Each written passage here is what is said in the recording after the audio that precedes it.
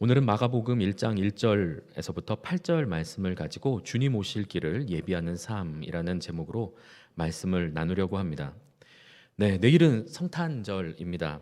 네, 오늘 이 시간은 예수님께서 이 땅에 오심을 기념하며 감사와 찬양을 드리는 성탄 감사 예배를 준비하는 밤입니다. 성경에는 많은 사람들이 예수님의 탄생을 기다리고 또 예비했습니다. 오늘 본문 말씀에서도 주님 오실 길을 예비하는 한 사람이 등장합니다. 그 사람은 바로 세례 요한입니다. 물론 세례 요한이 아기 예수님이 오시는 것을 기다린 것은 아닙니다. 하지만 예수님의 공생애를 준비하고 예비하는 자리 가운데 부르심 받은 아주 하나님의 세워진 종, 선지자이죠.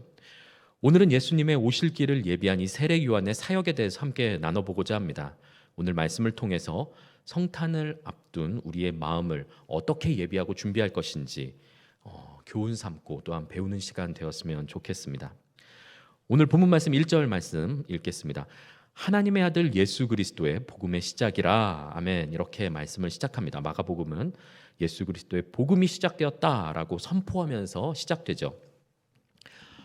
여러분도 너무나 잘 알고 계시리라 믿습니다. 복음이라고 번역된 이 단어는 헬라어 유앙겔리온입니다. 유앙겔리온은 기쁜 소식이라는 뜻이죠. 원래 이 단어는 로마 시대의 황제들에게 사용되던 단어였습니다. 황제의 주로 이제 로마 황제의 생일, 어떤 자녀의 출생, 황제의 자녀의 출생, 그리고 즉위식, 전쟁의 승리, 그리고 황제의 방문 소식을 유앙겔리온, 기쁜 소식이라고 했습니다.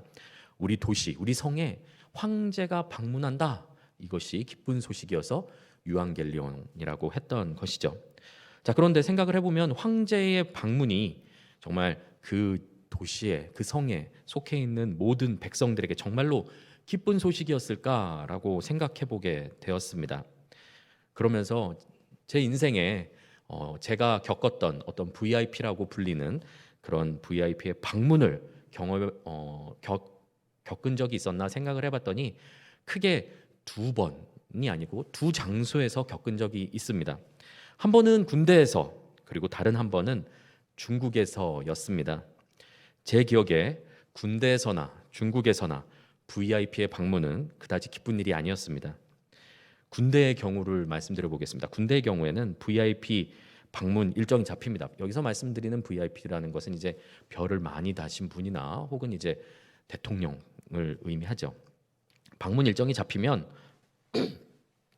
그 넓은 부대의 제초와 외벽 페인트질, 그리고 시설 정비와 복구를 해야 했습니다.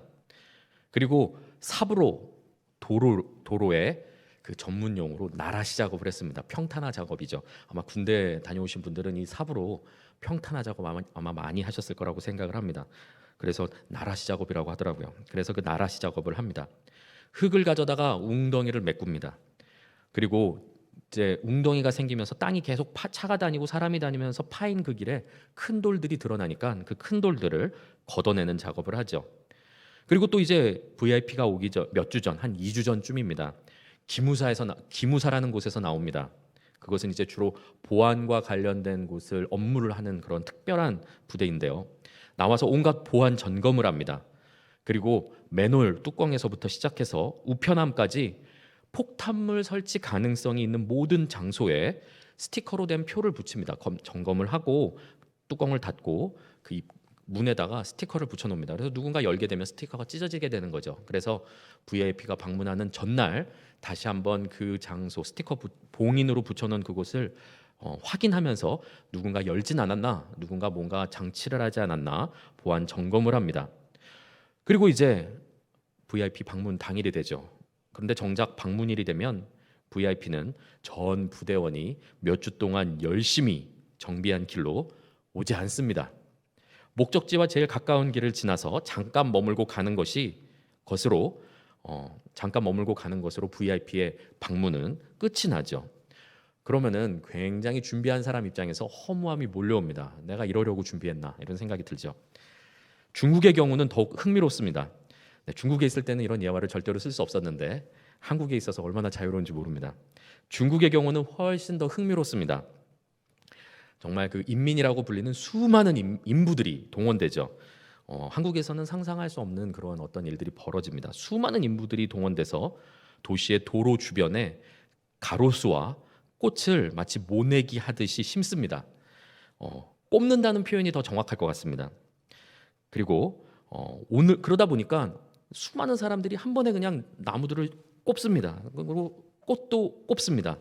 그러니까 어느 날 이제 버스를 타고 지나갈 때는 황량합니다. 주변이 원래 황량했던 길인데 도로였는데 그 다음 날 버스를 타고 동일한 길을 지나가는데 주변에 이제 멋진 가로수들과 아름다운 꽃들로 장식되어져 있는 길을 발견하게 되죠. 하룻밤 사이에 그렇게 많은 사람들을 동원해서 그 도로를 가꾸는 거죠.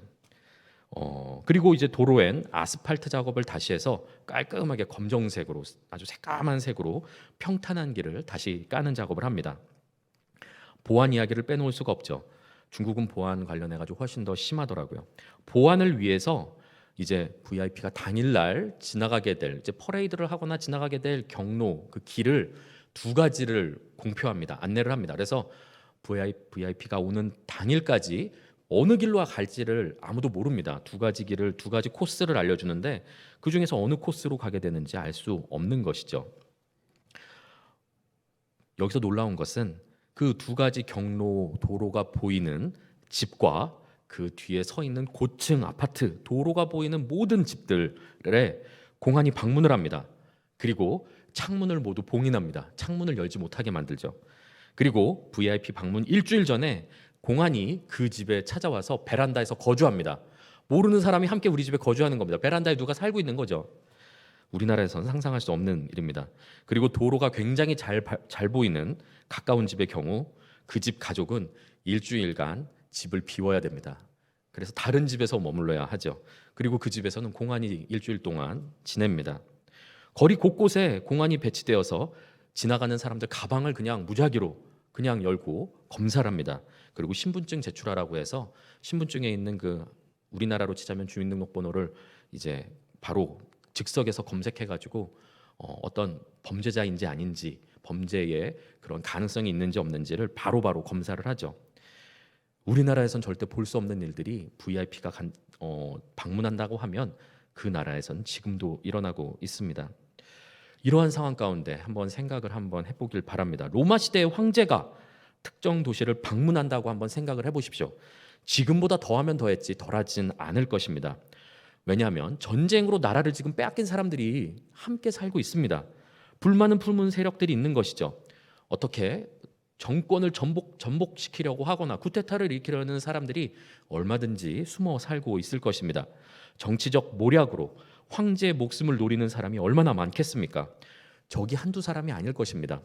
그런 상황 가운데 황제가 방문한다라고 한다면은 그 도시는 아주 엄중한 그리고 굉장히 높은 수준의 보안 그런 단계를 거치게 될 것입니다. 사람들은 황제의 방문 소식에 도로를 정비하고 거리를 꾸밀 것입니다. 황제의 목숨을 지키기 위해서 보안은 최고 수준으로 올라갈 것이죠.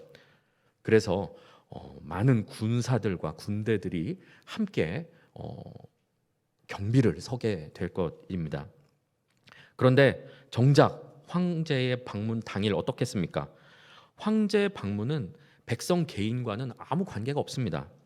거리를 행진하던 황제와 그를 지키는 화려한 갑옷의 강력한 군대는 궁전이나 연회장으로 이동할 것이기 때문입니다. 황제의 방문은 황제 자신에게나 기쁜 소식이고 자신의 강력한 군사력을 드러내는 자신의 영광이 될 뿐입니다. 그런데 오늘 본문 말씀을 보니까 이러한 세상 통치자가 아니라 하나님의 아들이 직접 친히 이 땅을 방문하신다라는 의미로서 복음이 선포되고 있는 것이죠. 그분의 방문은 세상 통치자의 방문과 어떻게 다를까요? 그리고 백성들, 그의 백성들에겐 정말로 기쁜 소식일까요? 한번 살펴보도록 하겠습니다. 오늘 본문 말씀 2절 말씀입니다. 선지자 이사야의 글을 보라. 내가 내 사자를 내 앞에 보내노니 그가 내 길을 준비하리라. 아멘. 이렇게 말씀합니다. 하나님의 아들이 방문하시니 당연히 그 오실 길을 준비해야 합니다. 특별히 그가 오시는 소식을 전하고 오실 길을 준비할 의전 담당자가 세워지는 것을 볼 수가 있습니다. 3절 말씀입니다.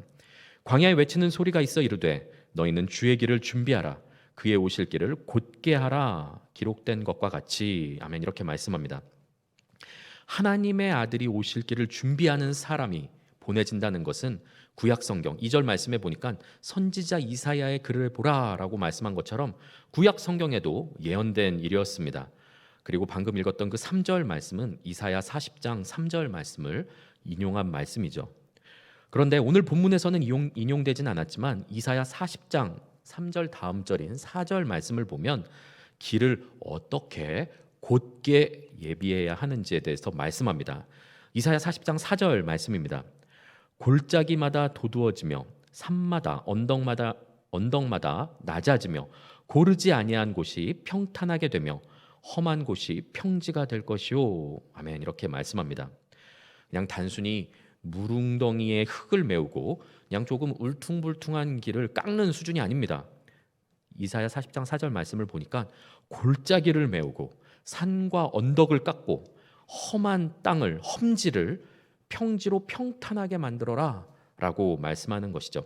준비 과정이 말로만 들어보면 굉장히 쉽지 않을 것 같습니다. 굉장히 어려운 작업이 될 것 같습니다. 그런데 이 명령을 받아서 의전을 위해서 세워진 자는 과연 어떻게 이 말씀을 실행하고 준비했을까요? 오늘 본문 4절과 5절 말씀입니다. 4절 말씀에서 이 주님 오실 길을 준비하는 의전 팀장이라고 해야 될까요? 그 사람이 누구인지 드러납니다. 세례 요한이 광야에 이르러 죄 사함을 받게 하는 회개의 세례를 전파하니 온 유대 지방과 예루살렘 사람이 다 나아가 자기 죄를 자복하고 요단강에서 그에게 세례를 받더라. 아멘. 이렇게 말씀합니다. 하나님의 아들 방문 소식을 전하고 그 길을 준비하는 총괄한 사람의 이름이 등장합니다. 바로 세례 요한이죠. 그런데 길 준비가 독특합니다. 이사야 40장 4절에서는 골짜기를 메우고 산과 언덕을 깎고 험지를 평지처럼 평탄하게 만들라고 말씀을 했는데 그것을 이루기 위해서 어떻게 그가 준비를 했냐면 오늘 말씀이 바로 이것에 대해서 나누려고 하는 것입니다. 오늘 본문은 성탄을 하루 앞둔 우리가 어떻게 준비해야 하는지 그 준비해야 할 것과 그리고 이 말씀을 통해서 어떻게 교훈을 얻을 것인지에 대해서 말씀하고 있습니다. 그래서 이 시간 우리가 나누고자 하는 교훈 그리고 또한 준비해야 되는 마음가짐 두 가지를 함께 나누려고 합니다. 첫 번째는 바로 이것입니다. 회개함으로 준비해야 된다는 것이죠. 회개함으로 우리의 마음을 정결하게 준비해야 합니다. 세례 요한은 하나님의 아들이 오시는 길을 준비하기 위해서 진짜로 산을 깎고 골짜기를 메우고 하는 작업을 한 것이 아니라 죄사함을 받게 하는 회개의 세례를 전파했습니다. 세상 통치자는 도로로 오죠. 큰 도로로 옵니다. 하지만 하나님의 아들은 도로로 오시는 것이 아니라 우리의 마음으로 연결된 마음길로 오십니다. 마음길. 그래서 우리가 준비해야 되는 길은 세상에 눈에 보이는 그런 도로가 아니라 우리의 마음길인 것이죠. 어떻게 준비하느냐? 회개를 통해서 마음길을 평탄하게 준비해야 합니다. 하나님의 아들의 목적지는 세상의 궁궐이나 연회장, 호텔이 아니라 저와 여러분의 마음입니다. 따라서 마음의 죄를 회개하여 그 오시는 길을 준비해야 하는 것입니다. 죄로 인해서 하나님과 우리 사이에 막힌담이 생겼죠. 앞서 읽었던 이사야 40장 4절의 골짜기와 산과 언덕 그리고 험지는 모두 우리의 죄로 인해 생긴 것들입니다.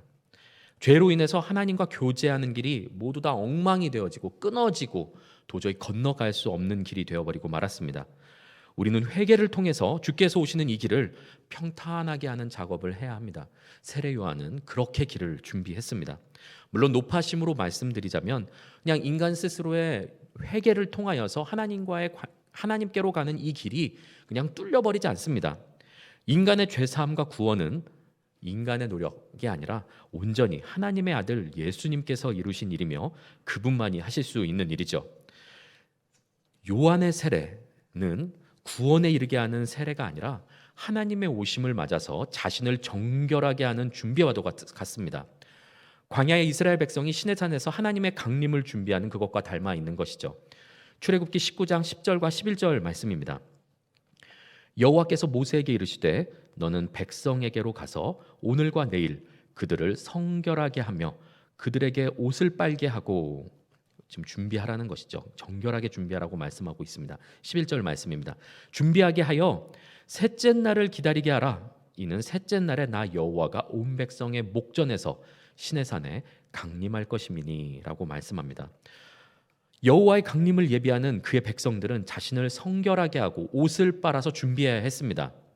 하나님의 아들이 오시는 길을 준비하는 그의 백성들은 회개함으로 마음을 성결하게 준비해야 하는 것이죠. 어쩌면 이렇게 생각하시는 분이 계실지도 모르겠습니다.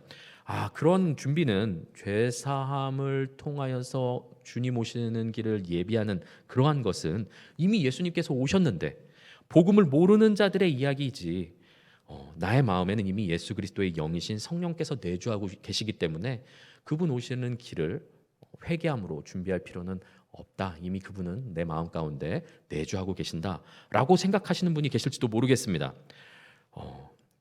맞습니다. 그렇게 생각하시는 것이 맞습니다. 그런데 그렇게 생각하신다면 회개뿐 아니라 거룩하고 성결한 삶으로 더욱 준비되어야져야 할 것입니다. 왜냐하면 고린도전서 3장 16절과 17절 말씀에서는 이렇게 말씀하고 있기 때문입니다. 너희는 너희가 하나님의 성전인 것과 하나님의 성령이 너희 안에 계시는 것을 알지 못하느냐? 누구든지 하나님의 성전을 더럽히면 하나님이 그 사람을 멸하시리라. 하나님의 성전은 거룩하니 너희도 그러하니라. 아멘. 이렇게 말씀합니다. 주께서 오시는 길뿐 아니라 주께서 거하시는 나의 마음과 생각 그리고 말과 행동을 거룩하게 해야 하는 것이죠. 유지해야 하는 것입니다. 우리가 기쁜 마음으로 성탄을 준비하고 있다면 더더욱 우리의 죄를 회개하여 주가 오실 길 그리고 주께서 거하시는 성전을 청결하게 해야 한다는 말씀입니다. 오늘 이 밤 거룩한 옷으로 준비하는 저와 여러분 되길 바랍니다. 내일 성탄절을 준비하는 우리의 마음, 성탄 감사 예배를 준비하는 우리의 마음은 회개함으로, 우리의 죄를 회개함으로 거룩하고 정결하게 준비되어져야 할 것입니다. 두 번째로 준비해야 될 것은 바로 이것입니다. 그분의 주권을 인정해야 한다는 것이죠. 세례 요한은 오늘 본문 말씀에서 예수님에 대해서 이렇게 소개합니다. 7절 말씀입니다. 그가 전파하여 이르되 나보다 능력 많으신 이가 내 뒤에 오시나니 나는 굽혀 그의 신발끈을 풀기도 감당하지 못하겠노라. 아멘. 이렇게 말씀합니다. 소개하죠. 이렇게 소개하는 것이죠. 내 뒤에 곧 하나님의 아들이 오실 것인데 그분은 나보다 능력이 많으신 분입니다. 나는 그분의 신발끈을 풀 자격도 없습니다. 라고 소개하고 있는 것입니다. 이어서 그는 자신이 주인공이 아니다 라고 인정하고 있습니다. 8절 말씀입니다. 나는 너희에게 물로 세례를 베풀었거니와 그는 너희에게 성령으로 세례를 베푸시리라. 아멘. 이렇게 말씀합니다. 무슨 뜻입니까? 나는 지금 여러분에게 물 세례를 베풀고 있지만 그분은 성령을 세례로 베풀 것입니다. 성령 세례를 베풀어 주실 것입니다. 하나님의 새 언약을 이루실 분이 바로 그분입니다 라고 소개하고 있는 것이죠. 내가 아니라 내 뒤에 오시는 그분이 바로 진짜 주인공입니다 라고 겸손하게 고백하고 있는 것입니다. 자, 자신이 선포하는 복음에 이끌려서 수많은 사람들이 지금 몰려오고 있습니다. 그리고 회개의 세례를 받기 위해서 그 앞에서 머리를 숙이고 있는 것이죠. 이 정도 되면 일반적인 사람의 마음은 높아지기 마련입니다. 사람들이 이렇게 몰리는 것도, 회개하며 하나님을 찬양하는 것도 모두 나의 능력이고 그리고 나의 공로이고 나의 노력이고 나의 능력이다라고 생각할 수 있는 것이죠. 그러나 세례 요한의 마음은 높아지지 않았습니다. 세례 요한의 모습을 통해서 우리의 삶을 한번 돌이켜 보기를 원합니다. 말씀을 통해서, 말씀에 비치신 이 말씀을 통하여서 우리의 마음을 한번 조명해 보기를 원합니다. 그래서 혹여나 어둠 가운데 숨겨져 있었던 내 마음에 어떤 죄악 그리고 부끄러운 생각, 부끄러운 언행들이 있다면 그 말씀의 빛이 이 시간, 이 밤 가운데 우리의 마음을 밝게 조명하여 주시길 바랍니다. 그래서 죄가 드러난다면 앞서서 말씀드렸던 것처럼 회개함으로 준비했으면 좋겠습니다. 때론 교회를 섬기는 사역의 주인공이 내가 되지 않는다거나 모든 스팟라이트가 나를 비추지 않는다면 섬기려고 하지 않을 때가 있습니다. 내가 주역이 아니면 직분을 맡으려고 하지 않을 때도 있습니다. 혹은 내 마음에 들지 않는 사람의 사역이 잘 되면 그 사람을 인정하려고 하지 않습니다. 그 사람이 맺은 어떤 믿음의 열매, 사랑의 열매를 보면서 인정하지 않고 평가절하하려고 할 때가 있습니다. 그 사람이 그렇게 된 건 운이야. 그냥 좋은 사람들을 만났지. 쉬운 일을 맡았으니까 그렇게 부응하는 거야. 그렇게 일이 잘 되는 거지. 라고 평가절하할 때가 있습니다. 혹여나 코로나로 인해서 모이기 어려운 상황이지만 내가 인도하고 속한 모임이 유난히 잘 된다면 이렇게 생각하는 것이죠. 역시 내가 좋은 리더지. 나의 역량이 뛰어나. 내가 카리스마가 좀 있지. 역시 난 탁월해. 라고 생각하며 마음이 높아질 때가 있습니다. 이러한 생각은, 높아지는 마음은 공동체의 하나됨을 이루지 못합니다. 지체와 교회가 어려움에 빠졌을 때 방관하게 됩니다. 왜 그렇습니까? 나만 잘 돼야 내가 돋보이기 때문이죠. 그래서 어려운 어떤 기관, 어떤 어려운 팀, 어려운 사람, 곤란을 겪고 있는 사람을 볼 때 도와주려는 마음이 들지 않습니다. 그 사람은 어려움에 계속 빠져야 되고 나는 높아져야 하기 때문이죠. 그러나 사랑하는 성도 여러분, 우리의 삶도, 교회의 사역도, 공동체의 모임도 그 주인은 예수 그리스도이십니다. 세례 요한은 이 사실을 명확하게 알고 있었고 잊지 않고 있었습니다. 계속해서 바라보면서 사역하고 있었죠. 세례 요한이니까 그랬겠지라고 생각하지 마시길 바랍니다. 우리도 우리가 하는 사역이 잘 되고 내 아래에 있는, 내가 케어하고 있는 그러한 팔로워들이 잘 모이고 부흥하고 내가 전도가 잘 이루어져서 많은 영혼들을 부르게 됐을 때 내가 잘하고 있구나, 내가 능력이 있구나, 나에게 영감이 있구나 라고 생각하면서 내 마음이 높아지기 마련입니다. 세례 요한은 그러지 않았다는 것입니다. 그 모든 교회 안에서의 사역의 주인은 예수 그리스도시라는 것을 잊지 않고 있었던 것입니다. 그래서 나중에 이런 일이 있습니다. 요한복음에서는 이런 일이 있습니다. 예수님께서 공생의 사역을 시작하셔서 요단강에서 세례를 베풀기 시작하셨죠. 세례 요한에게 몰려들었던 많은 사람들이 썰물처럼 빠져나가기 시작했습니다. 예수님께로 모이기 시작한 것이죠. 그러자 그 모습을 보고 있었던 세례 요한의 제자들 마음 가운데 불안감이 엄습했습니다. 이러다가 우리 스승님인 세례 요한에 따르는 사람들이 다 빠져나가는 것이 아닌가 위기감을 느꼈죠. 그래서 세례 요한에게 이렇게 이야기를 합니다. 선생님, 사람들이 다 예수라는 사람에게 몰려갑니다. 어떻게 손을 써야 하지 않겠습니까? 라고 이야기를 합니다. 그러자 세례 요한이 이렇게 대답을 하죠. 요한복음 3장 29절에서부터 30절까지의 말씀입니다. 신부를 취하는 자는 신랑이나 서서 신랑의 음성을 듣는 친구가 크게 기뻐하나니 나는 이러한 기쁨으로 충만하였노라. 그는 흥하여야 하겠고 나는 쇠하여야 하리라 하니라. 아멘. 이렇게 말씀합니다. 무슨 말씀입니까? 지금 이 사역의 주인공은 내가 아니다라고 인정하고 있는 것이죠. 신부를 취하는 자는 신랑이지 내가 아니다. 나는 신랑이 아니다. 누구냐? 나는 누구냐? 서서 신랑의 음성을 듣는 친구다라고 말씀합니다. 신랑은 예수 그리스도시니 그가 영광을 받고 그가 높임 받고 그의 사역이 충만한 결과를 얻게 되면 그것을 바라보는 친구의 마음 가운데 기쁨이 충만하다라고 고백하고 있는 것입니다. 나는 지금 이러한 기쁨으로 충만하니 예수 그리스도는 흥하여야 하겠고 나는 오히려 드러나지 않고 내가 주인공처럼 주목받지 않고 나는 쇠하여야 하리라 라고 고백을 했던 것입니다. 사랑하는 성도 여러분, 여러분들은 교회를 섬기실 때에, 여러분의 삶을 살아가실 때에 어떠한 마음으로 살아가고 계십니까? 내가 맡은 사역들 잘 돼야겠죠. 하지만 잘 될 때에 하나님께 영광을 돌리고 계십니까? 아니면 내가 잘 했으니까 이렇게 부응하고 잘 되고 있는 것이지, 팔로우들이 잘 따르고 있는 것이지 하면서 마음이 높아지고 계시지는 않습니까? 혹여나 내가 주목받지 않고 영광받지 않아도 기뻐할 수 있는 것은 내가 주연이 아니라 예수 그리스도께서 주연이시라는 것을 인정할 때 가능한 것이라는 것을 잊고 계시지는 않습니까?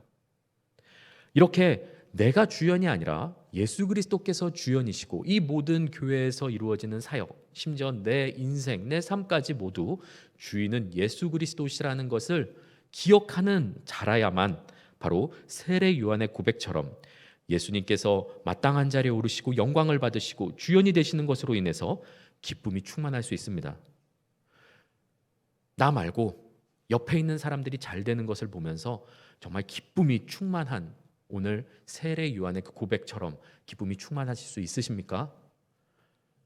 내가 하는 사역 아니더라도 내가 마음에 들어하지 않는 사람이 흥하고 있는 것을 볼 때에 그가 하나님께 영광 돌려드리고 많은 열매를 맺으며 이 교회 안에서의 모든 사역들이 원활히 돌아가는 것들을 바라보면서 그 중심에 내가 있지 않다 할지라도 나는 사이드에 빠져서 아무런 인정받지도 못하고 다른 사람들이 나에게 칭찬하지 않는다 할지라도 정말 기쁜 마음으로 하나님의 사역과 하나님의 나라와 의가 세워지는 것을 통하여서 기쁜 마음으로 박수를 칠 수 있으십니까? 오늘 세례 요한은 자신이 높아져야 한다는 마음들을 모두 다 버리고 낮은 마음으로 예수님의 사역을 준비하고 응원하고 참으로 기뻐하는 사람이었습니다. 세상은 한 번뿐인 인생, 나를 위해 후회 없는 삶을 살고 즐기라고 이야기를 합니다. 그러나 성경은 그렇게 말씀하지 않습니다. 나는 내 삶의 주인이 아니라고 말씀하고 있죠. 이 세상의 주인공, 내 삶의 주인공은 예수 그리스도이심을 믿으시기 바랍니다. 꼭 내가 아니더라도 다른 누군가를 통해서 하나님의 나라와 사역이 흥하는 것을 진심으로 기뻐하는 마음으로 변화되는 이 밤 되길 소망합니다. 내가 인정받고 칭찬받지 못하더라도 교회가 부흥하고 하나님의 나라가 왕성해진다면 그것으로 함께 기뻐할 수 있는 저와 여러분이 되길 예수 그리스도의 이름으로 소망합니다. 우리의 삶뿐만 아니라 교회의 주인은 예수 그리스도이십니다. 꼭 내가 맡고 있는 것이 흥하여야만, 내가 주인공이 되어야만, 내가 높은 자리에 서야만, 내가 모든 모임의 중심이 되어야만, 내가 다른 사람들에게 인정받고 칭찬받아야만 기쁜 마음으로 사역에 동참하는 것이 아니라, 예배를 드리는 것이 아니라, 섬기는 것이 아니라, 이 모든 교회의 행사와 사역과 예배의 중심은, 그 주인은 예수 그리스도이심을 기억하며 바라볼 수 있는 저와 여러분이 되길 예수 그리스도로 축복합니다. 더 이상 내가 흥하기 위하여서 형제와 이웃이 쇠하길 바라는 마음을 품지 않길 바랍니다. 혹여나 내가 미워하는 사람들이 잘 안 되길 바라고 그가 손을 대는 일마다 쇠하여지고 그가 축복받지 못하길 바라며 그에게 안 좋은 일들이 바라는 마음들을 품고 계시다면 이 밤 가운데 회개하시길 바랍니다. 그렇게 회개하는 마음으로 성탄을 준비하는 우리가 되어야 할 것입니다. 이러한 마음들, 내가 흥하기 위하여서 다른 사람들, 형제들은 쇠하길 바라는 그러한 생각들은 세상의 가치관입니다. 경쟁을 통하여서 다른 사람들을 밟고 일어서는 세상의 가치관인 것이죠. 혹은 하나님 나라에 흥하면은 아무 관심이 없고 오직 나의 흥함만을 하나님께 간절히 기도하고 간구하고 있다면 오늘 우리의 마음이 하나님의 나라와 의를 구하는 것으로 변화되어지는 시간 되기를 바랍니다.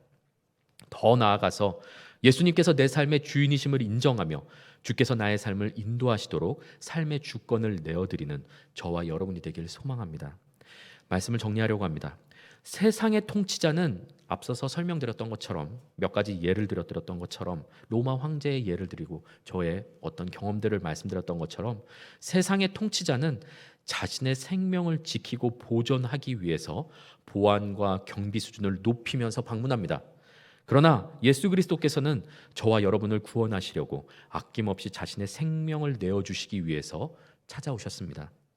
세상 통치자는 연회장과 궁전으로 발걸음으로 옮기는 방문이지만 예수님의 방문은 저와 여러분을 인격적으로 만나시기 위해 우리 마음 가운데 찾아오시는 방문입니다. 세상의 통치자는 자신의 영광을 드러내고 강력한 군사력을 자랑하기 위해서 방문하지만 예수님께서는 겸손하고 온유한 마음으로 오신 평강의 왕으로 오셨습니다. 우리는 그 예수님을 만나야 합니다. 또한 다시 오실 예수님께서 오실 길을 준비하는 자들로 살아가야 할 것입니다. 회개하여 성결하고 거룩한 삶으로 그분과 함께 동행하시길 바랍니다. 내 삶에서 그분의 주권을 인정하며 그 뜻에 순종하는 삶을 살아가시길 바랍니다. 왕 대신 주께서 여러분의 삶을 책임져 주시고 여러분의 삶을 인도하실 것입니다. 그럴 때 참으로 우리 삶 가운데 평화를 누리게 될 것입니다. 세상의 통치자들이 말하는 가짜 평화가 아니라 하나님과 화해하여서 우리 마음 가운데 걱정과 근심을 주께 모두 맡기고 하나님과 평강한 관계를 누리며 마음껏 주의 보좌 가운데 나아가 주님께 우리의 필요를 구할 수 있는, 하나님과 친밀한 교제를 나눌 수 있는 참된 샬롬의 평강이 우리의 마음을 주장하게 될 것입니다.